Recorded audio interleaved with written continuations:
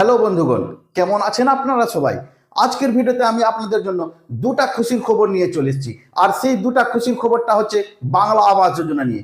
প্রথম খুশিরও বাংলা আবাস যোজনা নিয়ে এবং দ্বিতীয়টা খুশিও বাংলা আবাস যোজনা নিয়ে। তবে দুই ধরনের খুশির খবর রয়েছে। প্রথম খুশির খবরটা হচ্ছে বাংলা আবাস যোজনার টাকা নিয়ে এবং দ্বিতীয় খুশির খবরটা হচ্ছে যারা মুখ্যমন্ত্রীর হেল্পলাইন নাম্বারে কল করেছিলেন তাদের নিয়ে। বন্ধুগণ, যারা যারা 9137091370 এই নাম্বারে কল করেছিলেন, টোটালে 15 লক্ষ মানুষ কিন্তু অভিযোগ দিয়েছিল। সেই অভিযোগের মধ্যে 4 লক্ষ মানুষকে কিন্তু বাড়ি দেওয়া হবে।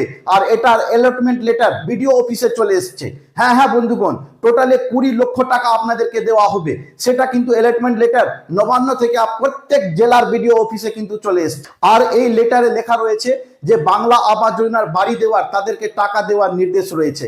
সেই নির্দেশটা পেতেই আপনাদের অ্যাকাউন্টে টাকাগুলো দিয়ে দেওয়া হবে। মুখ্যমন্ত্রী সূচি প্রকাশ করেছেন এবং কোনো একটা সম্মেলনে গিয়ে বোতাম টিপে একবারে আপনাদের প্রত্যেকেরই অ্যাকাউন্টে চলে যাবে 60,000 টাকা। এই কথাটা কিন্তু আমার মুখের কথা নয়, এটা আপনারা নিজের বিডিও অফিসে গিয়ে কল করে দেখতে পারেন যে আপনাদের অ্যালটমেন্ট লেটারটা চলে এসেছে কিনা। তবে বলা হচ্ছে বন্ধুগণ যে জানুয়ারি মাসের তৃতীয় সপ্তাহের পরে অর্থাৎ 21 তারিখের পর থেকে আপনাদের ব্যাংক অ্যাকাউন্টে কিন্তু টাকাগুলো যে কোনো মুহূর্তে চলে আসতে পারে। তবে বন্ধুগণ, আরেকটা কথা আমি জানিয়ে দিব আপনাদেরকে যে আপনারা যারা যারা এখন পর্যন্ত কমপ্লেন করেনি বাড়ি নেওয়ার জন্য, তারা কিন্তু এই মাসটা পুরোপুরি ভাবে কমপ্লেন করতে পারেন, যাতে করে আপনাদের দ্বিতীয়বার সার্ভে হওয়ার পর আপনাদেরও নামটা উঠে চলে আসে লিস্টের মধ্যে। যারা যারা কমপ্লেন করতে চাইছেন তারা কমপ্লেনটা করে দেন। তাদের ফেব্রুয়ারি মাসে বাজেট পেশ হওয়ার পর আবার তাদের ইনকোয়ারি হওয়ার কথা আছে।